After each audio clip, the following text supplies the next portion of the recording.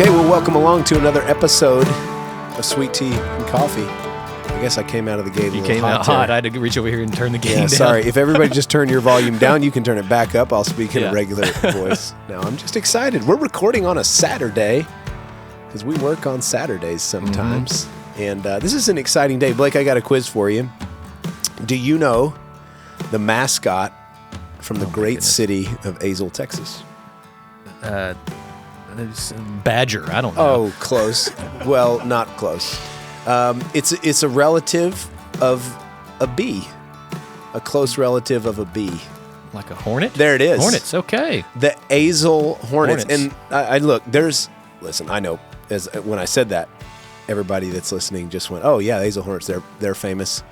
Lots of talent comes out of Azle." My wife came from Azle. Mm-hmm. If you already thought of that, great talent.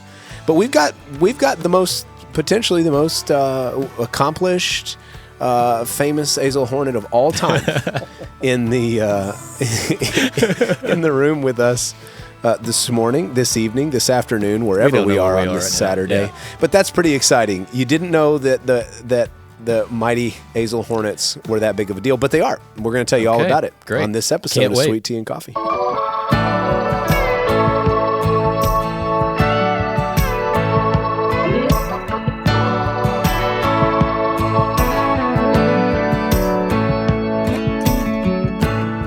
Okay, well, I know everybody guessed it when I said the most famous Azle Hornet of all time. I know everybody guessed it. But if you didn't, if you're late to the party, then the very one and only Andrew Greer is here with us. On a Saturday, the true Sabbath. The true Sabbath, that's right. Here we are working. That's right.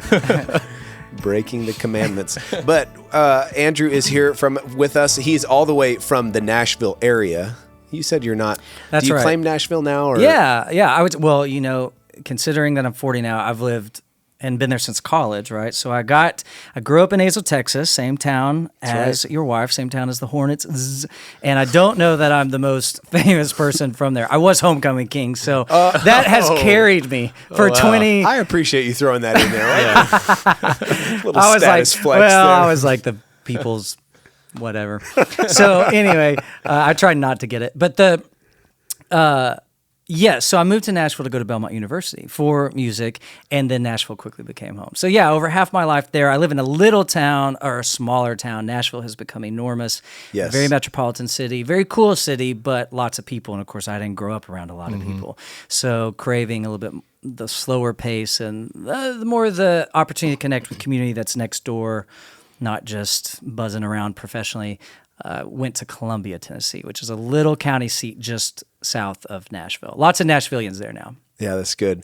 Well, Andrew's here for us. We're kicking off a ministry here pretty soon this weekend, and Andrew's here. He's been here a few times, so that you may know the name. This is your third time, I think, to Nacogdoches, right? Maybe so. It's memorable, but it's hard to remember. Put you on the spot. Yeah. But so as you mentioned, I got to meet Andrew through Lindsay. They grew up together in Azle, right. And so we have to always start though, Andrew, with this is called Sweet Tea and Coffee. And so we do always start with the conversation about sweet tea or coffee. Now, you grew up in Texas, but you're in Nashville now. Right. I don't know what the sweet tea scene is like, but if you have to land on a side of sweet tea and coffee, where do you come down? Coffee. Absolutely. Oh, 100%. Yeah, sweet tea. I didn't grow up with sweet tea, even in Texas. Sweet tea is all over Tennessee, but that's the Southeast. It's kind of the colonial South. It's got that old heritage. Mm-hmm. But in Texas, my mom's from New Orleans. And that was more unsweet tea, strangely. Yeah. So we grew up with all unsweet tea. Though I think in Texas it's mixed. It's divided. Oh, yeah. It's, he feels like he's got to put people on the spot for that. He's setting it up because he knows a lot of people. Because you love sweet tea? No, he loves coffee. No, Blake's sweet tea. Yeah. And I'm not a coffee drinker. And so he's just trying to set me up for failure every time. It's sweet tea. And I say this, it's sweet tea or coffee. It's fine. That's very inclusive. I went to decaf coffee recently because of my age. Oh, yeah. Straight decaf. Yeah. But I didn't have any problem with it. So nice. I do that and like Sprite Zero now, you know what I mean? But then my doctor said, this is how you know age. We're talking about primary. Last time I went to my primary care physician. We just lost all our college students that are listening to this podcast. Well, actually, anyway, yeah, that's true. Anyway, it doesn't matter. I brought some. I've been reintegrating caffeine Okay. Coffee. Very good. Very good. What's your coffee routine? You like love the cup in the morning? Is it Yeah, part of, I mean, is it I'm part no of your snob. routine? I mean, Nashville has a lot of that kind of thing, connoisseurs, but mine's a Keurig. Mine's like Nice. a maroon one, you know? So it's, Special edition maroon. it's great. I mean, well, I wanted the one that holds more water. Right, yeah. So I don't have to keep filling it up, but that's it. Very good. Very good. It's not that great. We solved it. Very good. Well, okay, so take us into, I mean, this is cool. We're recording this just 1 week, I think, after your mom was celebrated for 40 years of serving as a church organist and pianist and everything musician, else. Yeah, and musician, which is pretty cool. They've been in Azle for a long time. Yeah. You grew up there. What was life like growing up in Azle, Texas? Yeah, you know, it seems like just over the past year or two, I've been craving more of what it was like to grow up in Azle. I've been trying to think through, was that just the filter of the family I grew up in? Was that the home that my parents cultured? Or was that some of the influence and filtering through the community I grew up in, which was a smaller community? It's, as Dallas-Fort Worth has grown, it's stretched out a little bit, but Azle still maintains that kind of 8,000 person thing, you know? And I just remember knowing people and people knowing me. Now, that can be a difficult exchange, because there's a certain level of transparency that you can't, and guardedness that you're just not allowed, because you know one another, you're in each other's spaces. And there's also potential for more direct conflict and confrontation. But in that, I've learned as I've gotten older is that there's also more opportunity for direct growth, you know, and maturity. And also, you know, as we, I guess as we integrate deeper and deeper into life, we evolve some in our ideas, or we have new experiences that then cause us to think new thoughts. But without a safe place to think new thoughts, without a place to belong, without people who know you and you know them, that can quickly get off the rails, especially for, you know, I'm in very creative communities. My brain is definitely like a kind of creative chaos. And so I connect with feelings, you know, really well. But as one of my very close friends has told me, who's much older than me, she said, you know, feelings are real. Your feelings are real, but they're not always telling you the truth. And so I think that's what community does, is it helps tell the truth. And not in a way that's not loving, but just in a way that is honest and truthful and helpful, right? Honesty can be very helpful. So to me, Azle was community and desiring community more and more. Now, I'm single, no kids, so my nuclear family is one, right? Now I have people in and out of my house all the time, and in fact, I think there's someone staying there tonight, and I got to actually it looks like I'm married because I've got a key ring on my finger.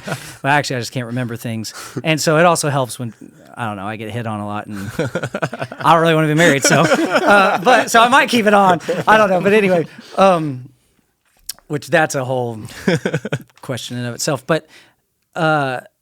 I love people in and out of my place and all of that, but it can be a little bit, it can lack some grounding if you're on your own. And so I think it's even more imperative. You guys have spouses and children, and so you have some built-in community. It doesn't mean it's all the community you need or the people in your household need, but it is a start. So for me, that's been important in place. Like, where do I choose to live? So much so, I actually am living part-time in a little town of 600 people called Plains, Georgia, in deep southwest Georgia, and that's just been a development over the past year, 18 months, and that's become imperative for, I think, some of my, I don't know, mental and emotional health and spiritual growth, you know? So place is just very, very important. Yeah, that's interesting. We've talked recently about we're in the process of really asking a lot of questions about the formation of our students. We call it Next Gen Ministry, and just what do kids need? And it's interesting that you're talking about community the way that you are, because one of the things that we keep coming across is that kids need multiple inputs. They need communal input in their life, and they need a space where they, especially as they flesh out their faith, they need to be able to give the wrong answer in a safe space, and that's deeply formational. The ability and the freedom to to go for it, to give, and not just have to be right about what the Bible says, but really step into fleshing out what is it going to look like in my life and be wrong and it be messy and sloppy. But the only way you can do that is in the context of safe community. 100%. So is that kind of you're obviously in your home and I know your parents and your family, you obviously grew up in a very Christ-centered environment, but you're also talking about the wider community that you experienced. What kind of role did that have in the formation of your faith as a kid? A lot. I think my parents were very open to a wider community. My dad's a therapist, and so by trade, he's going to experience a lot of the details of people's lives that are not black and white, that are not always right or wrong, but have to be shepherded and stewarded and understood on deeper levels. My mom being a musician, a professional organist, and then a music educator for several years from her 40s until her 60s. I think in the musical world, we just experience a greater diversity of people, different belief sets, different ways of living.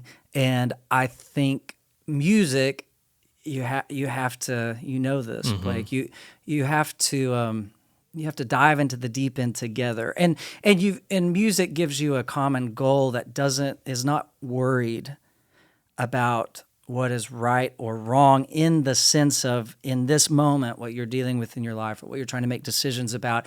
It lets you kind of elevate above that and come into a place of unity and common goalness that I think can actually filter down into helping the tense parts of our lives not be so overshadowing, maybe. But when you talked about, it's funny you called them kids. I guess we're not anymore, are we? Yeah. But I am wearing Birkenstocks. I just want to point that out, and I look good in them. But I think the opportunity within any person's spiritual life, but maybe especially folks who are in high school, college, young adults, to be able to experience the Bible without it having to check off all their boxes or without having to know, I don't know. I think in an era, like I kind of grew up in an era of exegesis, where pastors started looking at the Bible in a different, like not so topical as maybe the generation before it, the baby boomer generation. And I think that was really cool because it taught us to like dig into scripture and look at the Hebrew and look at the Greek and think about context and stuff. But it also kind of, got us in our heads. And I just don't think, okay, so if we're disciples of Jesus, I just don't think that's possible to always be in your head and to actually follow in reality, in real life, Jesus's footsteps. But I don't know. I've been having some really incredible conversations with friends who are really struggling with the Bible in the sense of they grew up being told the Bible says this, this, and this, right?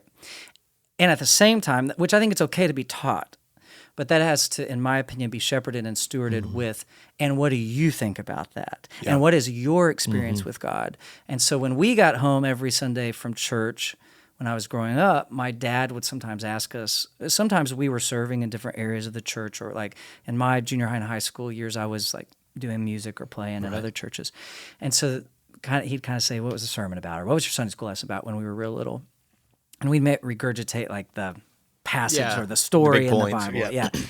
And he'd say, he'd always follow up, what do you think about that? Even when we were regurgitating what the pastor said, what you said, Kendall, he said, but what do you think about that? Because you're but one attempt at what it might mean to follow Jesus.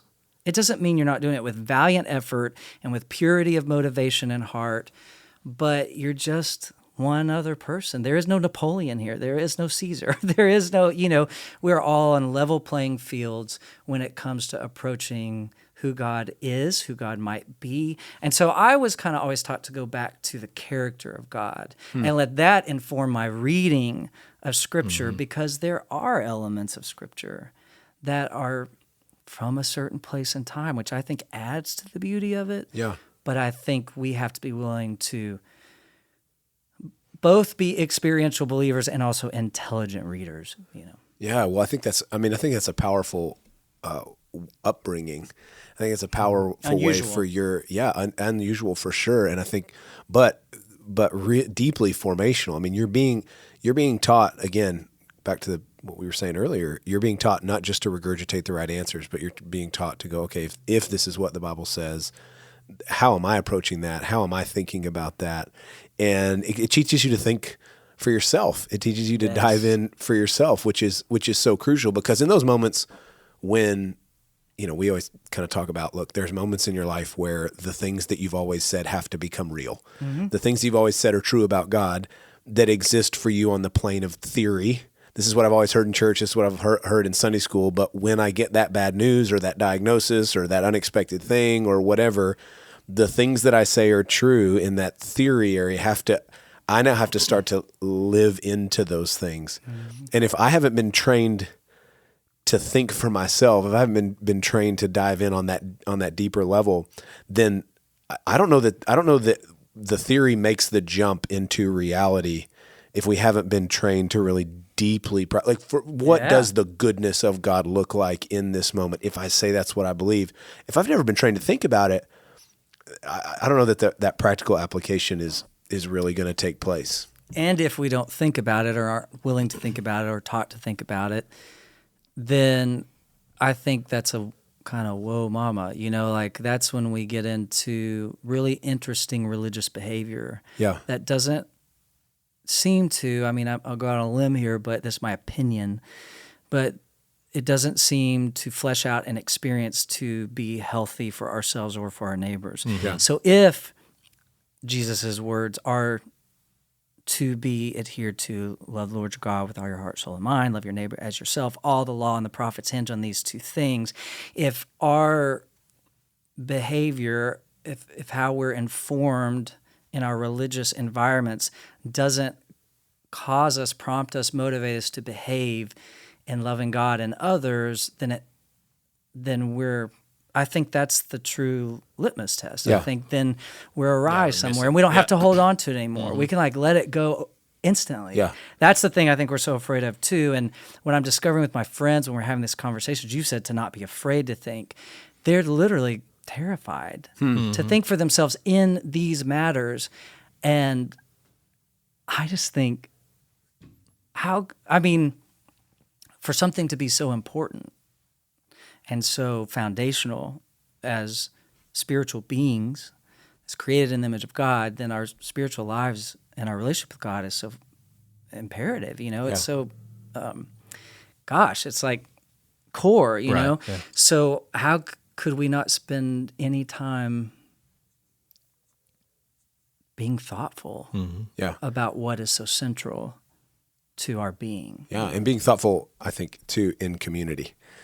Being thoughtful with one another and having that space where you can be wrong, where you can dialogue, where you can hear somebody say, I'm not quite sure about that. That's what they're afraid of. A lot of times is I don't even want to question this because my community around me is not going to support me even trying to work and flesh out some of these ideas and thoughts. Yeah. Well, and that makes me think of a conversation I recently had with a friend who keeps submitting himself to the same community. Yeah. Over and over and over to the same result, and that is one of being shut down in his in what you're talking about, the encouragement to think, the encouragement to dive in. They're just not discussers, his community. Yeah. So I want to say that real lightly. We need community, or I want to say that with thoughtfulness, but it's okay to explore a new community or a different community, or maybe a little bit of a contrasting community. My dad, who is one of the most, I guess devout would be the right word, but just really attempts to live out his faith in real earthy ways and organic ways, but thought out ways. He told me, I've been with them the past few days, and he said, everyone has to be where their soul is at rest or is at peace. And now I know that we can then go, but I'm not able to know where my soul is at rest. And I get that. But I think within where is my soul is at peace is also community that challenges me and shapes me, and we inform each other. So I just don't think we have to be scared. I just don't think I can like derail God. Yeah, I think that's pretty solid. You know? And I don't think I can derail him from me. Yeah. You know, like I think he wants us. So I don't have to keep shoving him away. Yeah. You know. Well, you mentioned in your upbringings, mentioned your dad asking you those questions, having a diverse community, you know, challenging you, asking you questions that you grew up in. I think that's something, as I've just watched, and I've watched from a distance, just from being your friend over the years, just have seen a theme, I think, in your life that just kind of dawned on me as you've been sharing that is probably very connected to the way you grew up, which is you seem to be, and correct me if I'm wrong, but you seem to be a gatherer of people. You seem to be someone that likes to curate community of diverse voices and ideas, but it seems as though there's something sacred in that for you. It's been interesting watching. We mentioned before we started recording, talked about the whole deal with dinner conversations and that gathering people, having conversations. I was even thinking about the Rich Mullins project. That was gathering lots of people, a lot of people, and have watched the videos behind that, and just like the house is packed with people and ideas and laughter. And so is that connected to, is that something I'm seeing kind of as a theme? You seem to have a value for bringing people together, not just around music, but in conversation. Is that something that's kind of a theme for you? Well, I think I like people. I think I also like to be alone. So, I mean, we have to have balance, right? Yeah, for sure. You know, y'all have got full houses, and you need to sometimes. And Blake's got a big office, so apparently that's for a reason. That's right. Hidden away on the other side. That's soundproof too. Yes, I'm not sure how intentional that has been, as maybe just as letting that happen, not without thoughtfulness, but so maybe to your point, maybe I'm designed to bring people together. So I think what I got from my upbringing was a no fear of people. I can't think of a person I've ever come in contact with that I was scared of, you know, or that looked a certain way, or that espoused certain ideals that I didn't think, oh, how beautiful, you know, like, and I know there's evil in the world, and I know that there's broken minds, and I know that there's motivations that are not for someone else's good, you know, that have all those things, those pride, lust, greed, all, you know, the deadly sins, they get us somewhere. But I really do believe in the inherent value and worth of human beings, because I think that's what we believe. Yeah, that's right. In the sense of, if I believe that God is our creator and created us to be reflections of him, and sure, has that gone awry? Yes. And do we have to be on watch, you know, whatever. But I just don't feel like I have to be on watch of everyone else. I got to be on watch for myself. You know what I mean? So everyone else gets a pass as far as I'm concerned, because I'm too busy. You know, like I got a lot to look at. And so, and then I just think, I think we have a fairly distanced culture. And so I think touch is really imperative. I think we do live in a highly sexualized culture, and therefore touch is not safe, but it's like the most, God is not giving me a hug. You know what I mean? Yet. I hope it happens. But, you know, we don't have God with skin on here. Jesus is not among us anymore in this context. And so I just think it's so important that we have safe bonds with each other. And so I want to be that. For some reason, people see me as safe. I don't know that that's 100% true all the time, but they do see me as safe, and I want to embrace that with as much wholesomeness and health and spiritual goodness as I can. Yeah, that's good.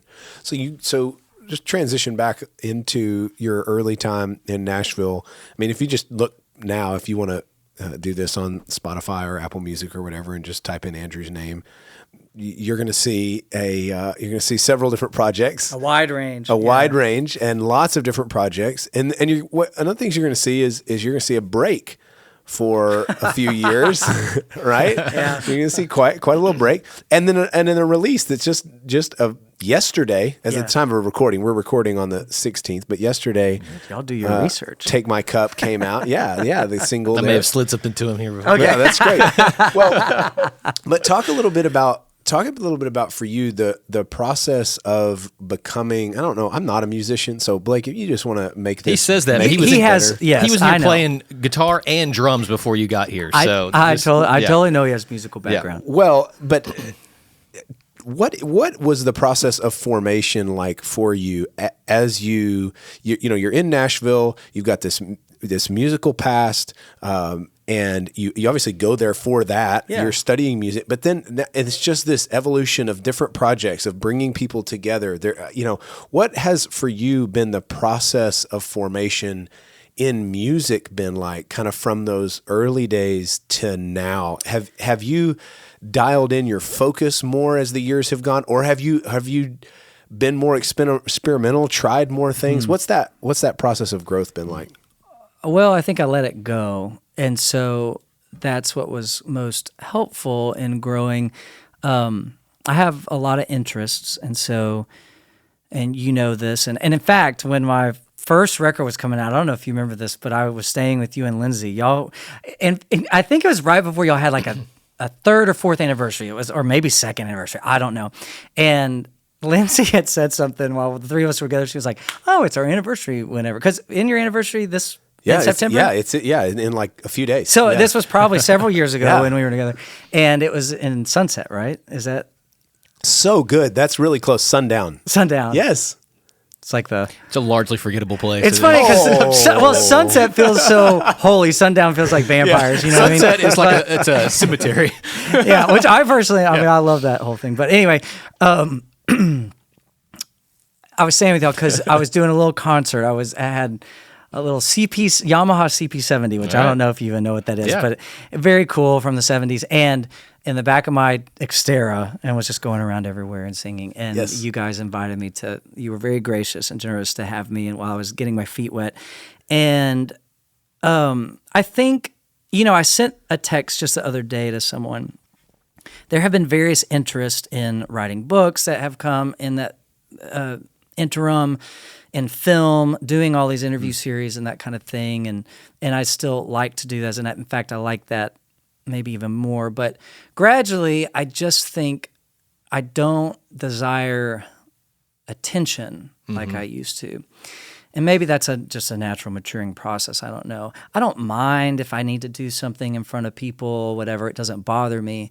But I just don't crave attention, I think, because I crave community more and more. And maybe that goes back to your collaborative thing. I don't want to be alone on stage. So thanks for inviting me to be alone this week. Yeah, that's okay. But anyway, so I think over time, I just let it go. There were some things my counselor told me one year around the new year, and he said, this is going to sound kind of generic, but make a list of things that you have as goals for the next few years, professionally, personally, doesn't matter.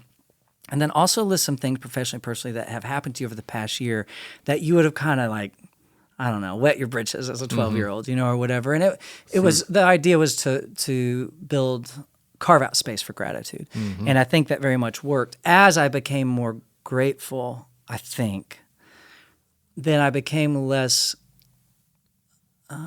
focused on what I could achieve and more on what do I have to offer, And I think songwriting is what I have to offer. I think much more than I'm not some profound artist. I love recording. Like you said, a song came out yesterday, and there'll be a few more songs for a record in February, and that's fun. And it's called Songs from the Dark, which is very me. I love the melancholic, kind of. Yes, you do. Oh, yeah.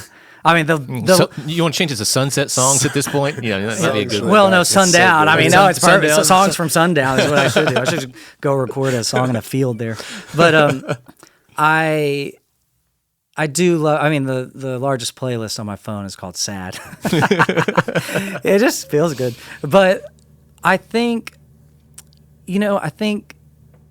there's just so much wrapped up in identity that we wrap up in identity. And by that, I mean kind of temporal identity, right? Yeah. And then as you uncover a layer, and I think as we begin to break down to some degree, like I can't uphold all of that, all the ideals of identity that I was requiring of myself in my 20s, I just can't support it. Yeah.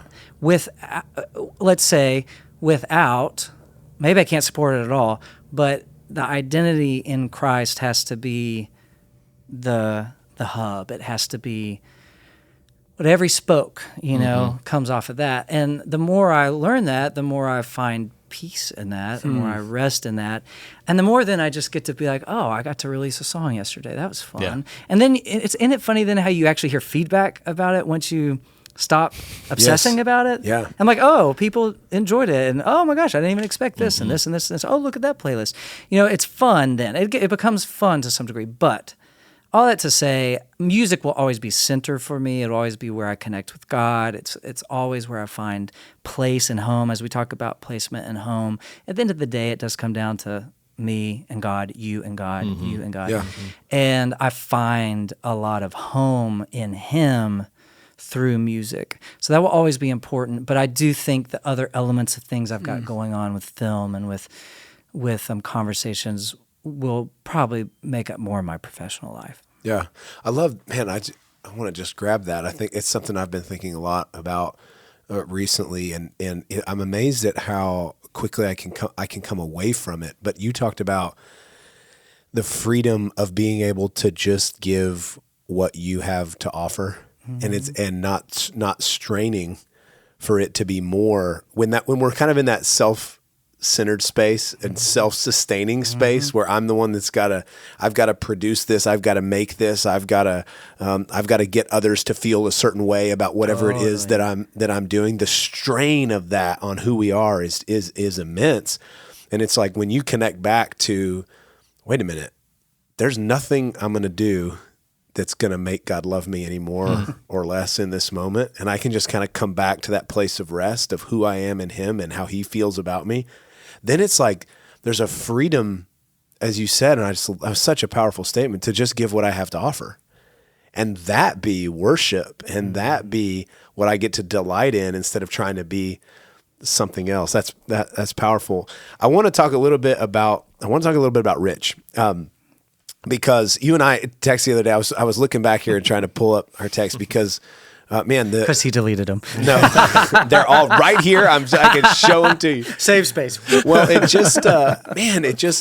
Blake and I think it was actually close to the time that you released the project that had, and forgive me, what's called? Bellsburg, is that the songs of Rich Mullins? Oh my gosh. We dove into some Rich Mullins deep, stuff. Yeah. and we even went back. Yeah, we did. We totally did. We played one of his old music videos, in fact, at a Wednesday night study for some of our men, and just a bit. But man, every time. So when I grew up, I don't know how I missed it. But in my growing up, I completely missed Rich Mullins. It's only been in my adult life that I've gone back, and this project and the work that you've done has helped me kind of go all the way back and dive deep. And that song, "Hold Me, Jesus," I cannot listen to it without a deep breakdown. I mean, it's just such a powerful song.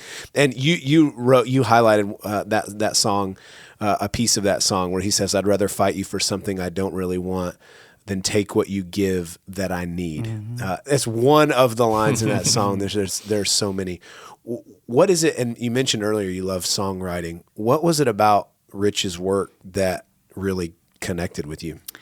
Well, kind of like you, maybe we were just all three of us on a little bit of the back end. Since Rich, for anyone who doesn't know, Rich Mullins was a popular Christian artist in the 80s and the 90s, but he started out as a songwriter himself in the kind of 70s folk Jesus music era, and then Amy Grant cut one of his songs, "Sing Your Praise to the Lord," that all our parents would know. Oh, yeah. And that kind of then established him in Nashville, and then they started developing his own career.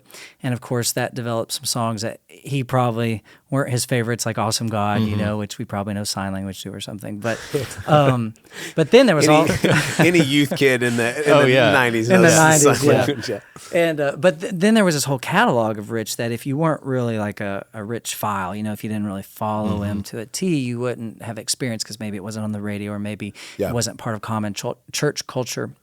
And so for me, as I went back into Rich, his life, his family, especially his younger brother, is a good friend of mine. And so even just kind of understanding more of who he is, many of his good friends who are now in their mid-60s, which is how old Rich would be, that's what I didn't complete that. Rich died in a tragic car accident in 1997. So we were kind of on the cusp of our own listening experiences. But songs like Hold Me, Jesus, the poetry and things like that. Growing Young is a beautiful track that people should find. And I think Rich's ability to, this whole conversation, what we've been having, his ability to not cement himself as maybe an evangelical or as a Anglican or as a Catholic or as whatever segmentation that we create for ourselves to identify ourselves, which there can be some importance in that. But he was willing, from my perspective, to dive into the deep waters of identity. I also think he wrestled with some really deep demons. And there will not be a season of my life, I'm confident of this until the day I die, that I won't have to face my own demons head on through professional counseling, therapy. I don't think Rich did a lot of professional therapy and counseling. That may be why it's not why he passed away at my age. Yeah. But there certainly was an unleashed aspect to him that was both beautiful and destructive. And so I love that tension in a disciple, in someone who obviously loved Jesus, though, who obviously was trying to weed out everything else to discover, his best friend. And so I think you see that the line right before that you read, surrender don't come natural to me. That's I'd rather fight you for something I don't really want. Take what you give that I need. So surrender don't come natural to me, right? Yeah. That's kind of the basic disciples. Right. That should be our lead-in, not my favorite scripture or not I know how you can be saved, but surrender don't come natural to me. And if we connected in that space, which is the space you connect to Jesus in, because that expresses the need. Yeah. And so I come into the relationship with the need, and he is able to, in my experience, provide to close the gap, And so if we approached each other expressing our spirituality, our faith, expressions with the need, then I just wonder if it would be more accessible or palpable or whatever for everyone, Yeah, it's amazing how honesty might do that. Just being honest about exactly where we are, what we're struggling with, what we're not sure about, instead of trying to tidy it up to fit in the right boxes. Yeah. That's what Rich did well, to answer your question. Yeah. He was a good example and ironically or uniquely accepted example within the church. Way before his time. You still listen to some of his rants. His friends called him Richard Rants in between songs. And he talks about politics and he talks about what's going on at the time. This was late 80s into the mid 90s. And you listen to him and you're like, we haven't evolved at all in our problems. Right. So our only option is to evolve or to be transformed in our solutions, if you want to call it that. I hate to call it solutions, but in our responses. Yeah. Because it literally has not. He was talking about the Ukraine and Russia in 1990. Isn't it weird how those things just seem to just, Yeah, I was like, oh my gosh, he's talking about now. So, and it's not to diminish the heaviness of those things and the solutions that are needed. It's just to say we're on a bit of a hamster wheel if all we're looking for is solutions to man-made problems. But if I can submit myself to the solution of my soul, then maybe the rest is more manageable. Yeah, yeah. Well, give us a give us a window, Andrew, into, you said that you have moved and you're living part-time in a small town. You can't just like throw that out there and just not revisit what that was about. I had that in my hand. I was like, okay, I got to ask him about that because I didn't know. That's new. That's news. That's interesting. Mm-hmm. Tell us a little bit about that. Maybe help dive us into that transition. And then what are you working on now? What are you interested in? What are you giving your time and attention to? Those go a little bit hand in hand. Plains is a little town in southwest Georgia. I mean, in the middle, literally, of the piney forest down there, and 600 people. It's was put on the map because that's where the 39th president, which is Jimmy Carter, and his wife Rosalynn Carter live, and they're living out their last days at 99 and 96. But I have always been. They've drawn hundreds of thousands of people each year into the town, right? Just as a people who want to, and he taught Sunday school for years down there. So I was first drawn to Plains. The Carters have always been heroes of mine of how you can live out your faith in the public square. Mm-hmm. It's amazing to me. In fact, he would say, that it was a bit of, I don't know if you call it a gift, but this was before our time, but Reagan beat him out of his second term, right? Yeah. So he didn't get his second term. And I don't know that he would call that a gift, but what he would say is it cut down the red tape of being able to express his Christianity through his actions. Because you have not a greater responsibility than being a Christian as the president of the United States, but you do have a responsibility that could be separate at times. To carry that briefcase with a code certainly is not following the Prince of Peace, And so his conflict there, I think, was greater than the opportunity after that. Anyway, so I was drawn into that and am in the tail end of my first documentary. So that goes into, I love film. I've always wanted to be in film. I owned a part of a film production company for a while. That was kind of a mistake. But it did teach me a lot. And so there's a documentary about race in the Deep South that involves President and Mrs. Carter called Plain Spoken, and that'll be out next year. So that's what got me into the town. When we were done with principal filming about a year and a half ago, I was like, I got to find an excuse to see my friends. The town just became, I didn't know I had space for more community right back to the beginning of the conversation. Yeah. And I was looking at there's an inn that's an old converted funeral home, which is right up my alley. And so I was like, perfect on the sad playlist. It's so great. They can tell you like an Sunset Funeral Home. Sundown. But anyway, so I was like budgeting, what would it take for me to go down a couple weeks at a time, a few times a year? And one of the producers on the film said, there's a little house on the main strip. There's only one main strip that's for sale. It's just a little guy, 2-bedroom, 1-bath. I was like, no, there's not. It's all beautiful big century homes on the main strip. And sure enough, there was.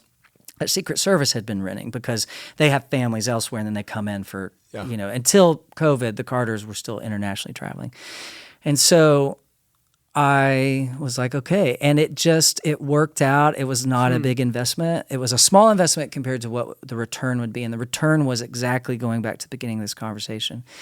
And that is the ability to walk across the street, to walk down the street, to have a rhythm to life that isn't one night in town here, one night in town here, one night in town here, but an ongoing reality of being together. And talk about people also, because I am drawn to people of different ilks.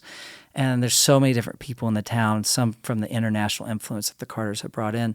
And I love that because it helps me think and it helps me, think through things. Why do I believe what I believe? That kind of thing.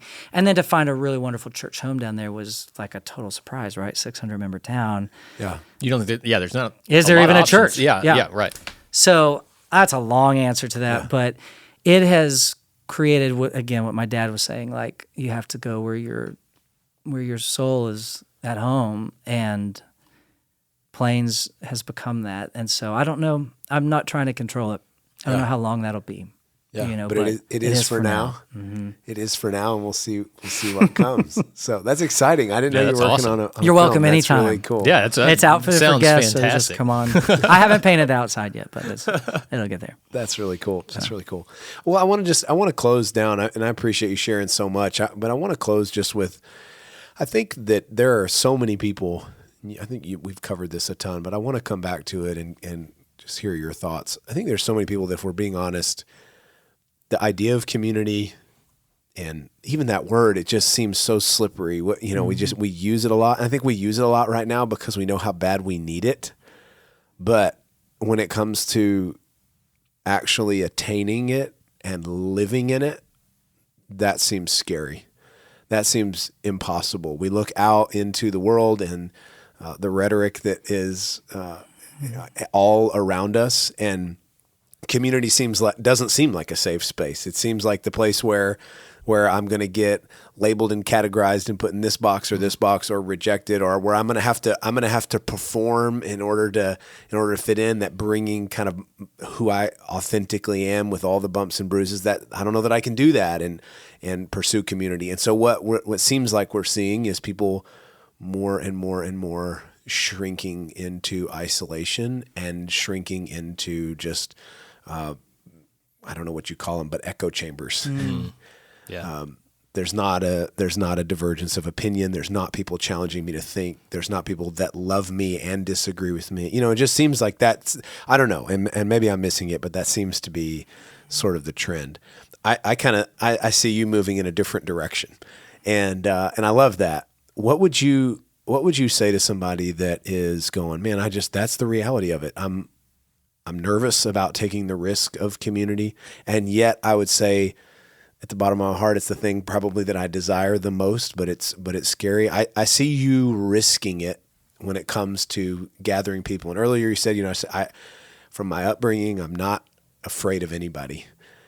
What would you say to that person? Probably a little hyperbole, maybe, but yeah. You're right. I did say that. Yeah. But what would you say to somebody that just needs to take that first step? How would you encourage them? How would you challenge them to move forward? It's a great question, and there's probably no direct answer.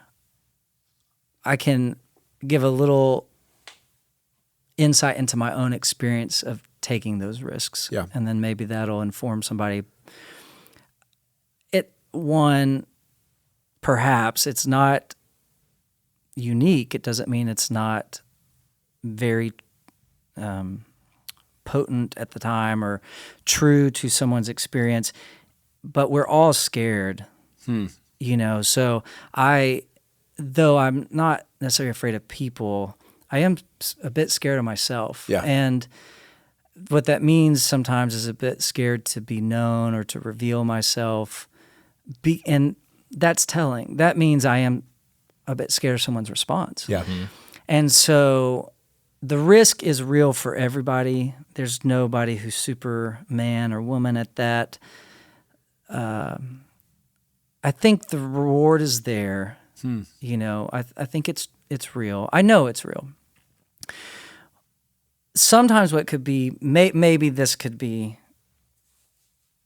the opportunity for someone who's really hesitant to step into community. Maybe don't go into a community group at first.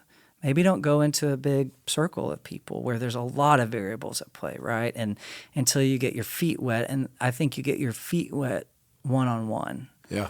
And so I like it when people seek out me or I seek out them. If you have an intuition about somebody or a natural connection, just maybe seeing them in the hall at your workplace, or maybe someone in your extended family that you don't know real well, but you have a connection with them, or maybe someone in your church if you go to church. I would say take that risk first of just maybe a coffee, a walk, a meal, a shared interest. For musicians, I'll go this way. I mean, I read the study about singing in choirs, which I haven't done in years, but about it being incredible for overall health. So whether that's maybe if you're musical, is that a worship team that you like have that common pointed goal to kind of like put your tentacles out with people. Yeah. How do they interact with other people? Who's snarky? Who's kind? Who's, and kind of get your feet wet that way. You could do that. Obviously, I mean, you could do that in any way. If you're an athlete, I mean, you could do a pickup game almost anywhere. You can find places. If you have kids, then I think other parents are going to be in spaces with you. So it's going to take a first step. No one's going to do it for you. Right. Yeah. And honestly, the ones who are most fearful, if you're really afraid, even if someone comes to you and asks you to go to dinner or to go to coffee or just starts talking to you, it's likely your first response is going to be guarded and is going to be one to push them away. So maybe just create within yourself an expectation to either receive people's invitations. And I had a friend recently say to me who's looking for community desperately in a new season of his life. And he's like, but I know I'm not those people. They've invited me to lunch or whatever, but I just know they're not my type of people. And I'm like, maybe they're not, but they did invite you to lunch and you're looking for community. Right. Yeah. Maybe just go. And it can be work at first too. Yeah. You may not enjoy that lunch. Well, let them buy. Then you get something practical out of it. That's right. So I don't think there's any real... I think we crave it. I think respond to your craving, respond to your desire that it's imperative. Well, I like what you said, though. I mean, it's take a small step, not a giant step. Find community in the simple, small places first. And then if it grows and expands, then so be it. But don't put so much pressure on yourself to I got to jump in and be this type of person when I'm afraid to move, period, right now. So just take those small steps. We see community as thousands of people around us. It's not. It's a few. Yeah. And then sometimes it can expand past that. But we can't be totally transparent with every single person. It's too exhausting. So, and there are some unsafe people for each one of us. So I'll say this. My counselor, I remember this now. Maybe do this. My counselor gave me a little blue book. I guess instead of a black book, so it would be more like positive or something. But and he said, write down names of people who are safe. There are elements of my story and my journey that I needed to share with more people to feel safer. And so, and part of that was just my community had expired some from when I was in college. Like we'd moved different places. Things change. Yeah. Right. We're still close to love each other, but we're not in each other's lives all the time. So I needed more close knit. So it's a continual process for everyone. And he said, write down people under green light, like totally safe, anytime could share anything with them. Kind of yellow light, like I'm on the fence about them. And then red light, like never, no way. I decided to bypass the red light because if they're never, no way, why write their name down? You know what I mean? Like, let's not focus on that. Okay. So the green lights, he said, just as you have energy and time and space, talk to them. Invest in those. Invest in those. Take them to dinner. Some of the people I naturally would go over their house different times and tell them, I have some things I want to talk to you about that are just important for me to share. Anyway, that's not exactly what a new person may be looking for, but they can make names of people who they feel are safe and then start to be more cognizant when those people are coming into their lives or where they're at or how to integrate them. Yeah, I love that. And be prepared. Be prepared that it may feel clunky, it may feel awkward, but I'm going to be prepared to take the risk. We're all scared. Take the risk. And it's amazing what a couple small steps might bring in the long run. Man, it's been so good to chat with you. And I know we're going to get to spend more time this weekend. And if you're listening to this, you've probably already been hanging out with us. You're listening to this after Andrew has already left. Been long gone. He's been long gone. But excited. You're going to get to lead worship for us on Sunday morning and then spend time with us for a ministry launch. So really glad you're here, and thanks for stopping by and sharing with us. Thanks for asking me to trusting me with the space. That's right. Well, we want to hear from you. I mean, this is really important to get your feedback. So there's all sorts of ways that you can reach out to us. One of our favorite, and based on our conversation today, it might be, don't send us an email. Don't send us a text. I'm not even going to tell you what the email is. That's right. We are going to intentionally withhold that information. Why don't you just come up to us in the hallway? That sounds wise. Doesn't that sound good? come up to us in the hallway. Find us and just tell us. That might be a great start, man. Just say, hey, here's what Andrew said that really stood out to me, or whatever it is, whatever your feedback is. If this has encouraged you, we certainly want to hear that, and you can obviously email us. But lots of good guests still to come. Hope you're enjoying. I mean, we've had some incredible stories so far, already. And love hearing these stories. So more to come. We will see you on the next episode. Adios.